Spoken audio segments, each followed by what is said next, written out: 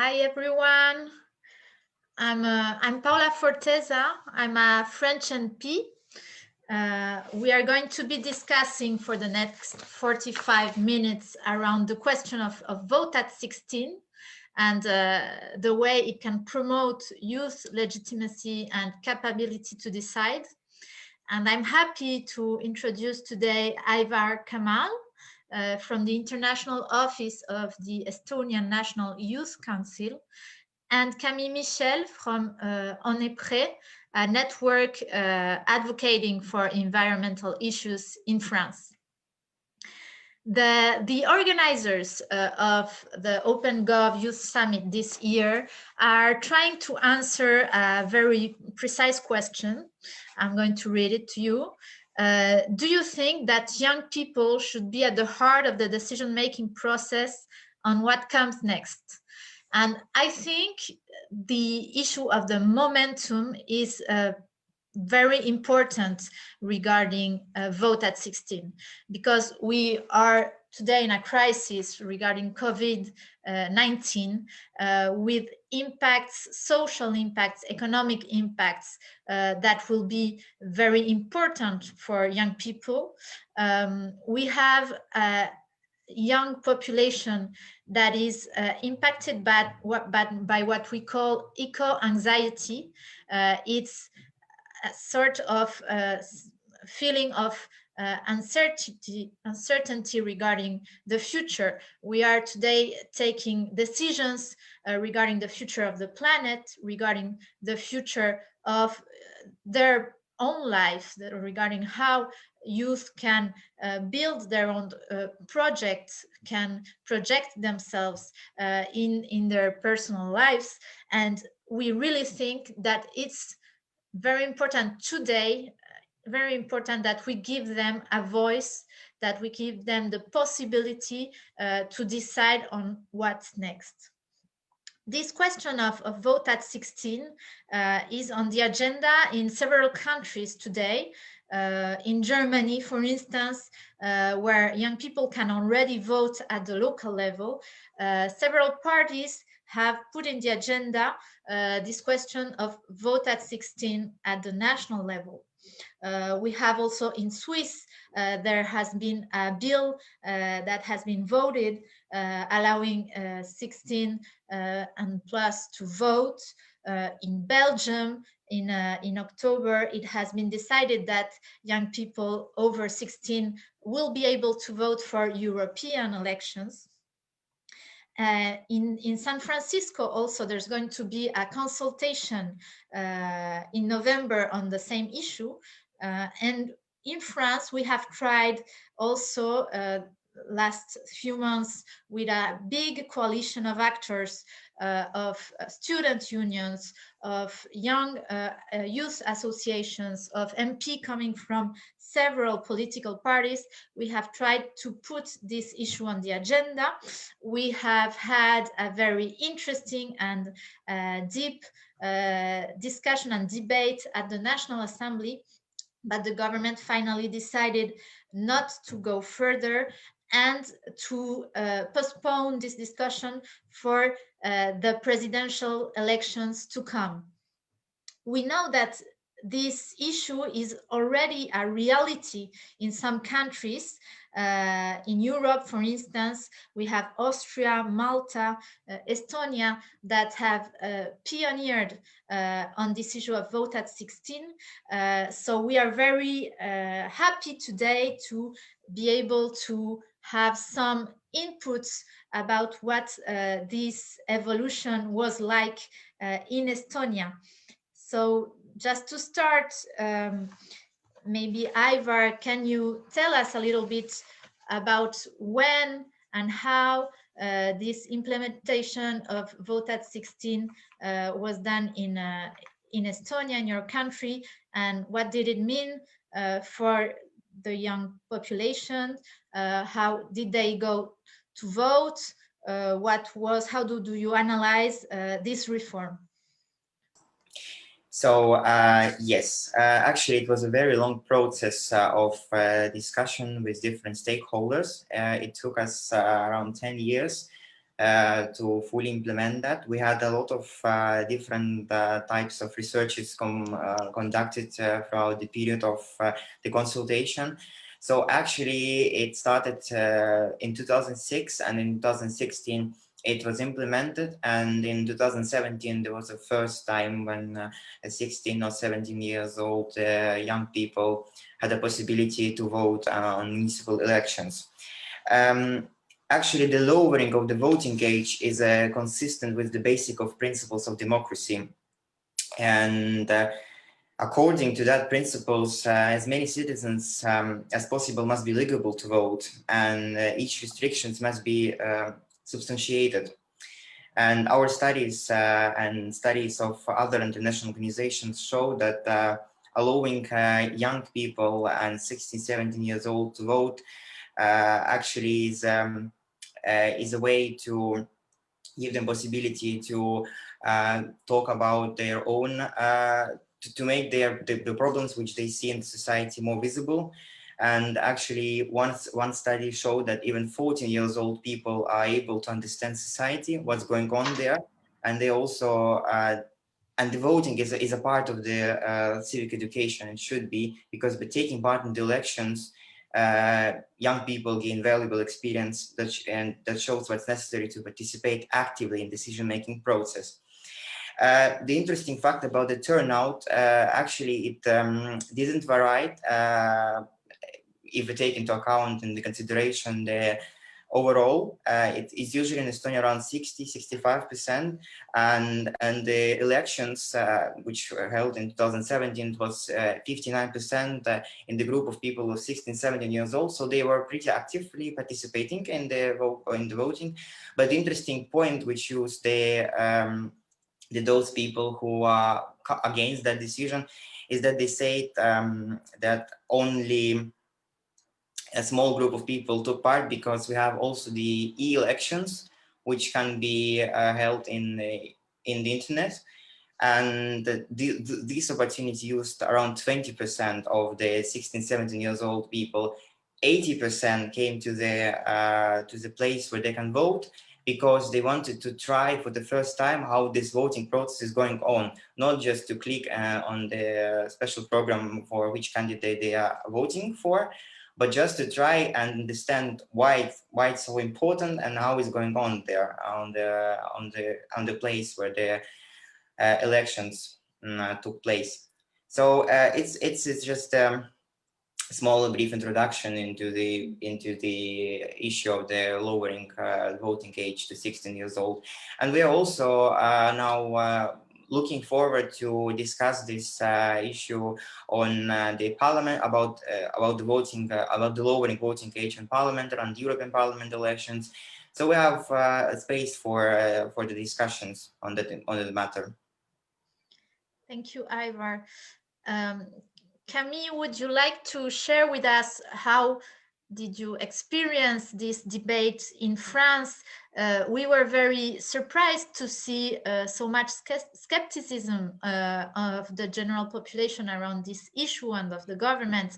And sometimes we had the youth themselves, the young people themselves, telling us they didn't feel ready or they didn't feel legitimate to participate or educated enough on these topics at school. So Camille, would you like to share with us how you lived this debate on your side? Yeah, sure. I think that many young people don't feel legitimate because they don't receive any political education. In school, we have some loads of courses, but French courses are really, we say that they are vertical because the teacher is giving some knowledge and the students are only noting and they don't take part in any debate. And to construct a political sensibility, I think that you need to enter into a debate and to affirm yourself. So voting and being legitimate to vote is it is fruitful education. So I think that there's a huge amount of work to make young sensibilized to politics, because they are really interested in politics, as the climate strikes has shown it, but they don't feel legitimate because they are not used to take part into a debate. So putting the debate part of the official program will be a solution, and just making the students taking part in some different activities where they just don't only take the knowledge from the professor would be interesting as well. Thank you, Camille. And maybe a question for both of you. A lot of people say, yes, we see young people very mobilized on the streets, on social media, around the environment, around feminism, around fight against violence, around the fight against discrimination. But we don't see them vote when they have the possibility to do it. That was one of the answers we got from Emmanuel Macron, our president, and his prime minister, is that they said, we first want to see young people vote before lowering the age of voting. And how would you explain maybe this difference between a political engagement elsewhere, not in the institutions themselves, and a political engagement in the institutions? Is it the same? Is it that young people today want to try other forms of engagement and won't necessarily go voting, or is it just because they don't have the possibility to do it that we don't see them there? Do you think that lowering the age of 16 is a good way to fight the fact that young people don't vote? Actually, I have one very interesting example when we firstly tried to somehow ask the people from 16, 17 years old what they think about that. And it happened in 1990 when there was elections on decision-making body called Congress of Estonia. At that time, Estonia was a part of the Soviet Union. And in a year after, we gave our independence. And the Congress of Estonia was the Estonian citizens' representative body, elected by the Estonian citizens. And one of the members of the board of the Estonian Citizens General Committee that organized that elections, Eva Pernaste, he said such thing that as many young people participated in the registration of the citizens, and the youth were very patriotic and active back to the organizers of elections, did not want to deprive the 16-year-old activists from the joy of having participated in the elections of the Congress of Estonia as their first voting experience. And it actually was a very historic moment, as these elections were the first in the European territory where the 16-year-old person had the opportunity to vote. Another argument which can be used for the lowering is that and many people who think that it's not a good way to go, they say that young people are not interested in politics. That's not true. We conducted the shadow elections, and in the project of shadow elections, the young people's age 13, 17 participate in the simulated elections. And the shadow elections actually pointed out a specific youth-related problem in Estonian politics. If we go into the heart of the problem and add scientific data, low participation show that political parties do not pay attention to young person, which is why young person are not interested in political parties and their positions. So it's a responsibility of the political parties to present the program of their party to the young people, 16, 17 years old, and actually to involve them to that process and ask them, and also to motivate them to come to the to come to vote. That is the main principle, and that is the main point. So if the political parties are interested in providing some special treatment to the people and to the youngsters in age 16, 17, they will be interested to go to vote for that. Mm-hmm. Camille, what do you think about it? Yes, I agree with what was said. And I want to add that if you are rejected from a system that don't recognize your ability to vote, it is normal that after, at 18, you're not sensibilized to vote. If from 17 to 18 you are rejected from the institutional system, you can't get interested after. And some studies shown that if you vote younger, you take more the habit to vote, so you vote more. So saying that youngers have to vote at 18, and then if they are well mobilized, we can put the vote at 16 is not a strong argument, because if you vote younger, you vote well. And I want to add also that voting for a representative is not the only political participation. Young people already participate in some in political activities, and voting for a representative is not the only thing, because you can also vote at a referendum or at a political program for local activities. And if youngers don't feel really close to those who they are voting for, it is because they don't resemble to them. All the many politicians nowadays are rather old, so if some parties such as our political party that is named Allons Enfants, if some parties were presenting people that were younger, maybe the younger people would vote more, because if they don't feel represented by the politicians, there is no way that they can vote for them.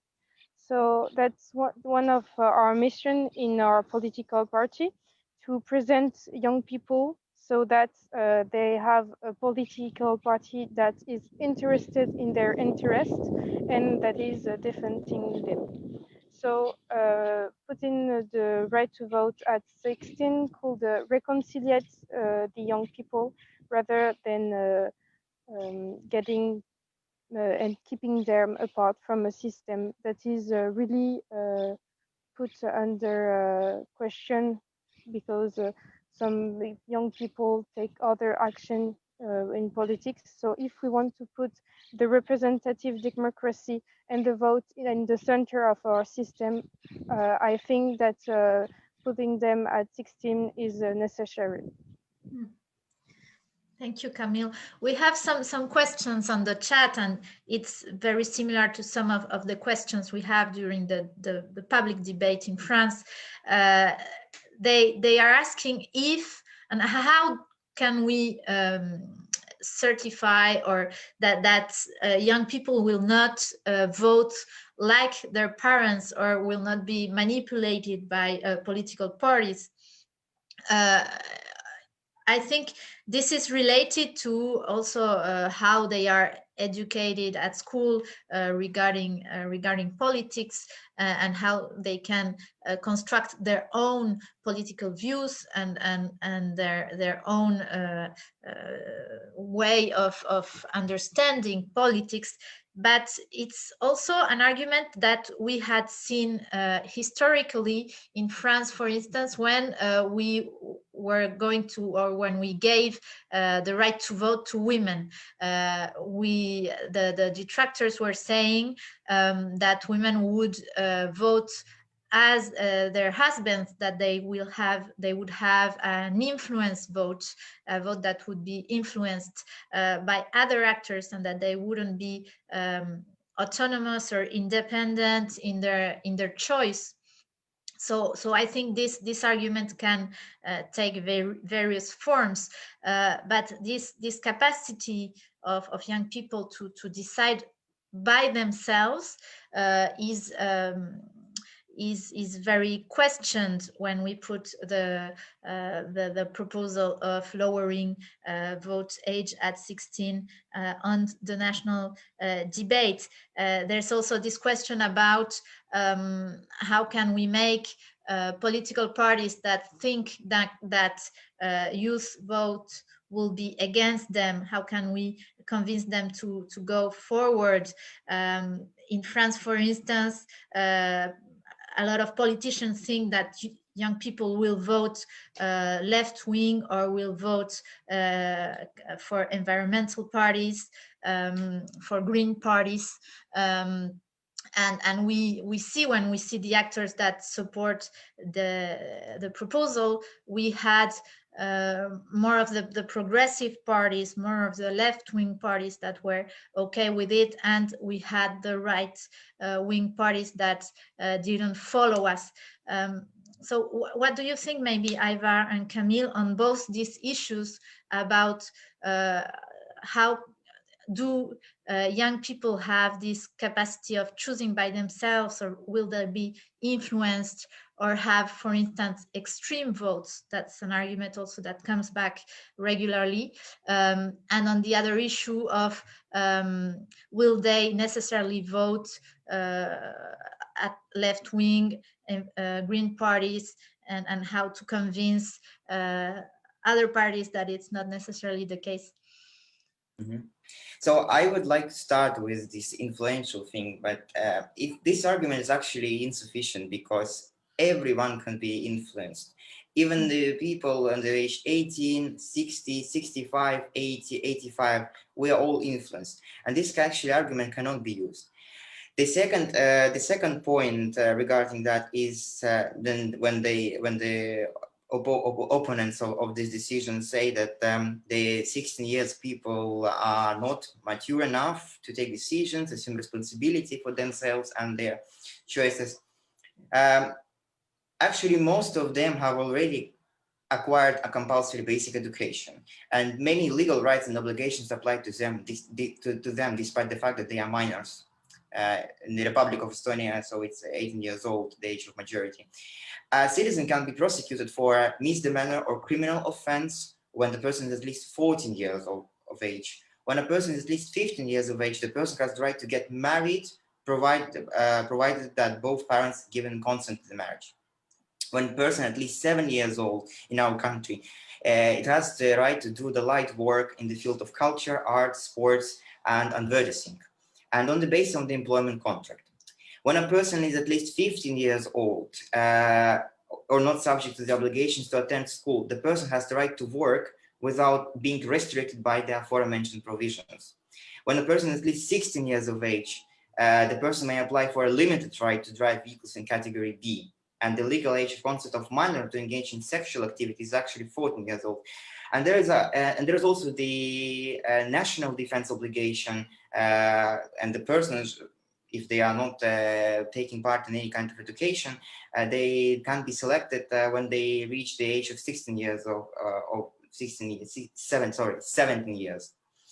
And there is also a lot of more arguments regarding that. But I think that we see that many obligations and many rights already given to the minors, and it cannot be used as an argument that, okay, so it's not sufficient, because even 16 and 17 years old people can actually live without parents. It's possible. It's not so maybe spread around the country, but it's possible. And regarding the voting to the extremist political so-called parties, I don't mean that, I don't want to say that the Greens or others could be extremist parties. No, I just want to say that those who think that actually some kind of extremist parties could raise their popularity. We had one project, as I already mentioned before, the shadow elections, and we simulated the voting for the people in age 13, 17, and compare that with the official results, taking into account all the voters turnout. And we figured out that there was actually any kind of major changes and major differences between the real situation in the country and the voting of the people in age 13 to 17. So the parties receive the same, almost the same percentage as it is in usual elections, and actually none of the extremist party were somehow overrepresented, and it was in the borders of the usual statistical error. So no of any of these arguments can be actually proved without any kind of research. So that's why it cannot be used without any kind of the ground on that.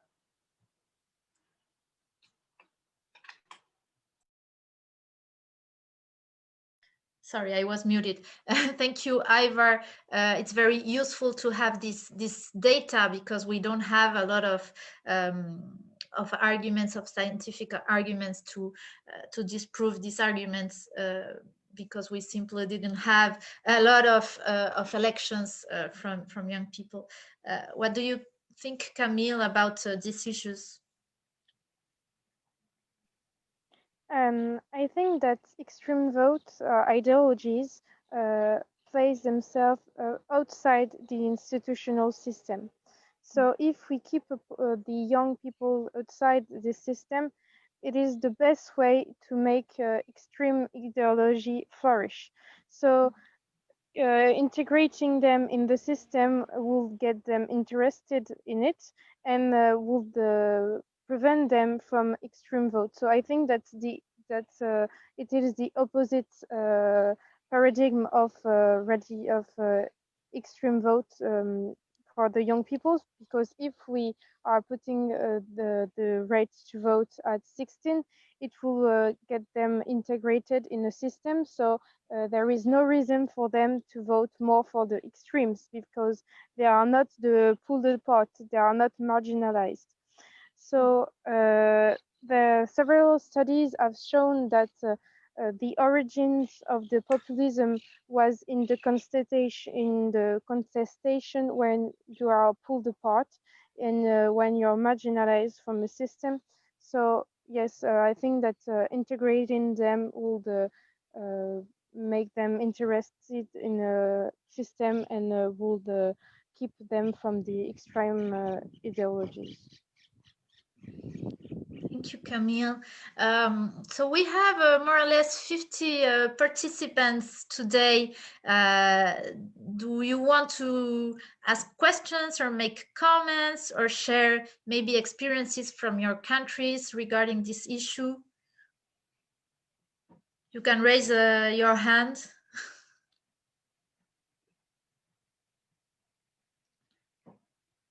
No? Maybe I would love to know a little bit more about the participants. Where do you come from? What are your interests?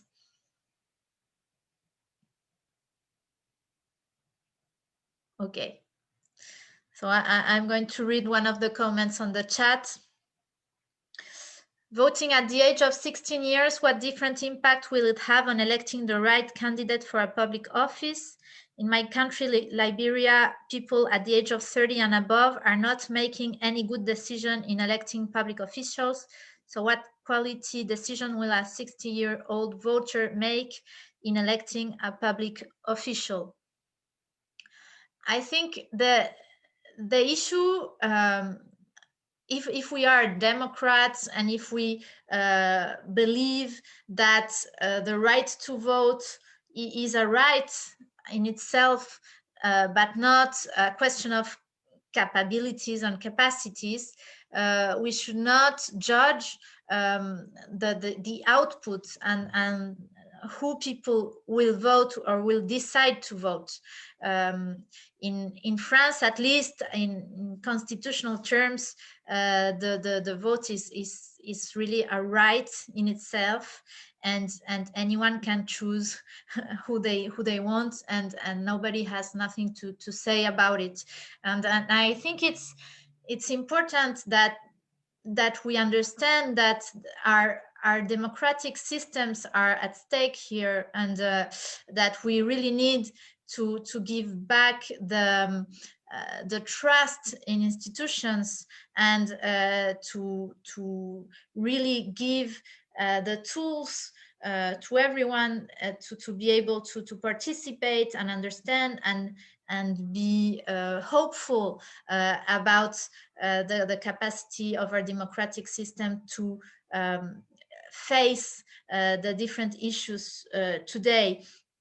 And we can only do it by extending the rights and extending participation progressively. In France, and I think in a lot of countries around the world, the story of democracy has been the story of the extension of the right to vote. In France, it was so first we were in a censitory system, then there was the universal right to vote, then the vote to right for women, then the vote to right from French people abroad, and then we lowered from 21 to 18, and now we really think that in this process, in this historical process, the next step is to lowering the age at 16. So I really think that even we don't have a judgment to formulate around what the output will be, but it's just a question of rights and of giving really hope and more legitimacy and more stability to our democratic system. I don't know if Ivor or Camille, you want to add something around that? I think that, yes, that's actually very true. And we should also understand that it's actually not easy to build a democratic society, and for different countries it took many years, and for Estonia it's also we cannot yet say that we are fully 100% democratic. I think that not even there is no countries in the world which are 100% democratic, where there is all the human rights are protected and so on, but we are aspiring to that, and that is very important. And for some countries it will take much more years than, for example, for those who did it faster. So it's, yes, so I'm also on the same side with Paula. Yes, me too. And I wanted to add that votes in France is really linked to a special image of citizenship. And that's why France was one of the latest country who put the right to vote for women. It was because the image of a woman didn't fit with the image of the citizenship that was herited from the Lumière and from the French Revolution. So I think that we need to have a redefinition of the citizenship, because we don't have to keep this myth of the French Revolution, who was the guy who was like 30 years old and rather old, and that was a man. We have to open this definition and to be more diverse and more inclusive to everybody. So opening the right to vote is a part of that. I will read two new questions that we have on the chat. We have, sorry, I'm looking for it. Tina Bataria that says that Dexter Young and I are in the Philippines and we're working on efforts to encourage youth voting very soon.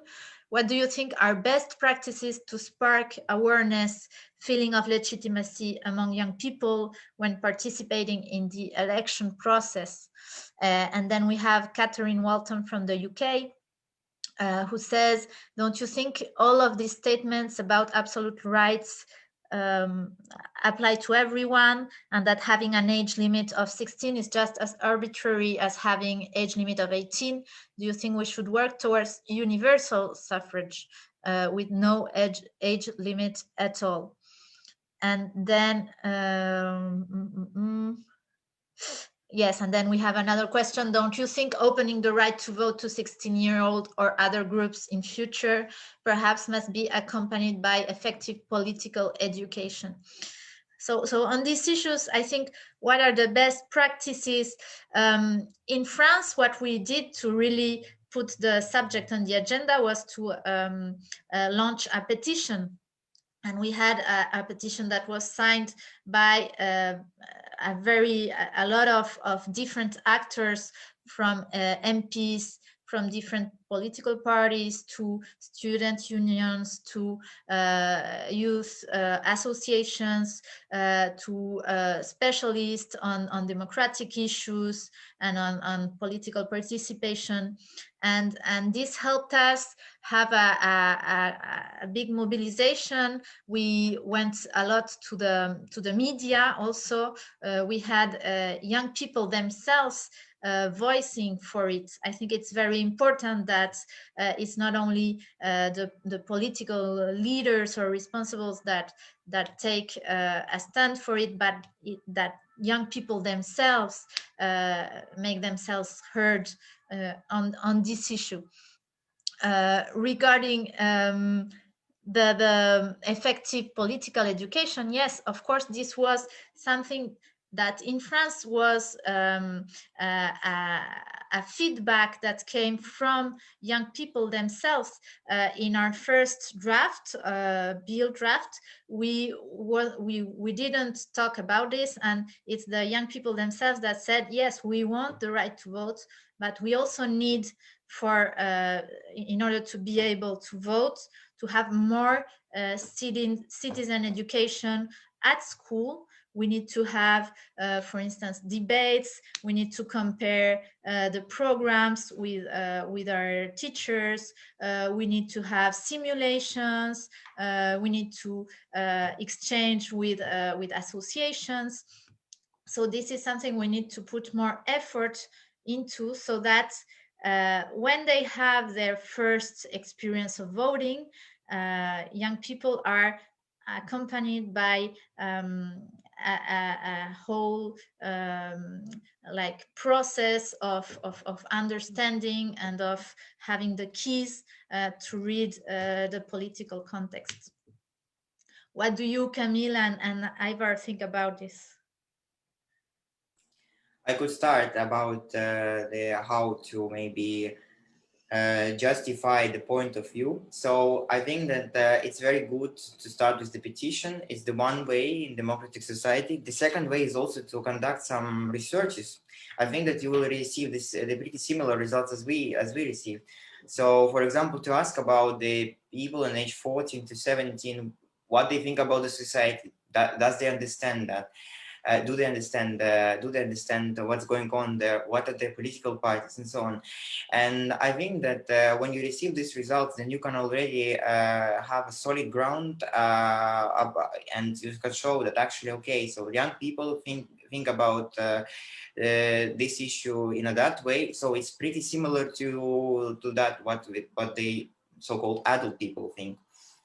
And as I said already before, that actually already starting from the age 14, the young people understand what's going on in society, because they are visiting schools, they are visiting some I don't know, maybe some events, they are walking around the streets, they see what's going on actually in the country, and they also start to understand what is their particular situation in that country.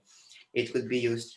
So, and regarding also the very interesting point about the voting age, about the unified voting age, or why do we have 18 or 16? Actually, there is no definite standard that must be followed. I have an example of our history, of our 102 years of history, that in the first constitution in 1920, there was like a social agreement that the people could vote in the age of 20. And then in 1938, it was raised to 22. And the reasons for that is visible actually, because there was a pre-war period, and the many kind of issues happened in Europe. And then in 1990 it was lowered to 16. I mean, it was not lowered. It was there was a possibility to be a part of the Congress elections, as I mentioned before. And then 1992 we decided actually it could be 18, but there is no unified age. In some countries there is a 16, for example in Austria, Malta, also the Scottish parliamentary elections. And in some countries it's 18, and maybe in some countries it's even higher. So that's actually the way and the question of social agreement. Thank you, Ivar. Camille, maybe you have a lot of experience working with young people that want to be engaged, and so what are the barriers that you have encountered, and what are maybe the best practices in order to go further, not only on vote at 16, but on political engagement, youth political engagement more broadly? Yes. So I think that political life needs to readapt to modern life. It's funny because when we are seeing the evolutions of several fields, we can see that from last century to nowadays, everything has changed. For example, in commerce, or in several or in industry, etc. But in politics, nothing has changed.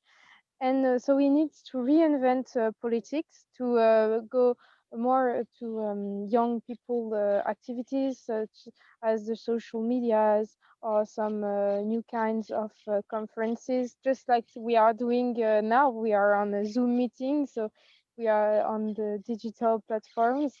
So we need to readapt our practice, and and I would like also to come on the question on the universal. Somebody asked if we needed to rethink the universal. So I think that it is a necessity to rethink the universal, because it doesn't take the young people into consideration. Universals kills diversity, so that's why we need to meet the people, to meet the young people, and to take them in political activities where they are integrated. In our political parties, they are only less than 25 years old, and we are constructing some political stances together. We want to have a theoretical improvement, but we need to put our ideologies into practice, practical cases. So that's why the petition for me was so important. A petition is the possibility to meet every people and to mobilize them individually, and pulling apart the universals. Uh, if we need to pull apart the universal, it is true that we need to put an age for the majority and for the right to vote.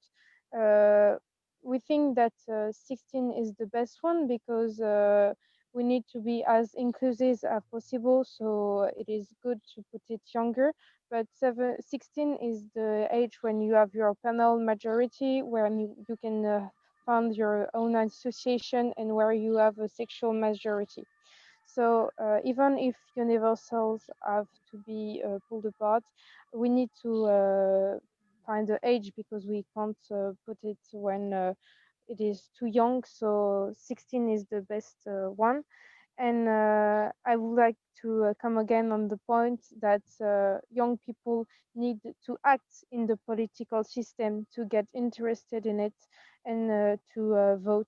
Because if we only ask them to vote every 2 years, it is not the way to get interested in a system that it seems to be really far away from them. Even if it is defining the way they live, they don't necessarily are aware of it. So there is a lack also of communication on the political decision. So to open the political life, and to it is important also, for example, for the public life to be communicated on digital the platforms to give information to young people and to get aware them that political life is everywhere and it is not a far field from them.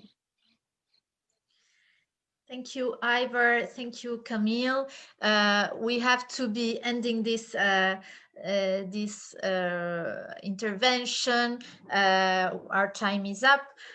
This was very, very interesting. I think I would like to thank really the OpenGov Youth Summit for the organization, because it helps us to have the feedback from people all around the world in this idea of global citizenship and of helping each other out to advocate for these issues. We had on the chat feedbacks from people from Nigeria, from Kenya, from UK, from Zimbabwe, from the Philippines. It's really impressive, and it gives a lot of hope to all of us. So thank you again, and we keep up the good work, and we don't hesitate to contact us on social media to have more inputs on this issue. Thank you. Thank you. Thank you very much. Thank you, everyone. Goodbye. Bye.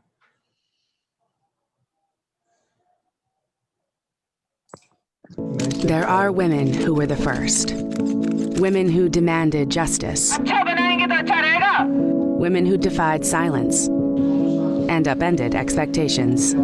Парламентке жаңы келгенде абдан кооз кийинип алыпсыз. Биздин парламентте ошол кооздоп жүрө бериңиз деген сөздөр көп эле да. Андай сөздөр жоголуп баратат парламенттин ичинде.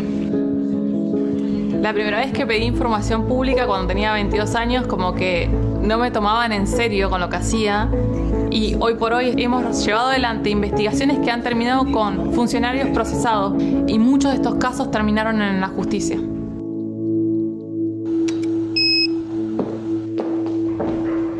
But this isn't a story about some of us. This is a story about how we move past the stereotypes that hold us back. All of us.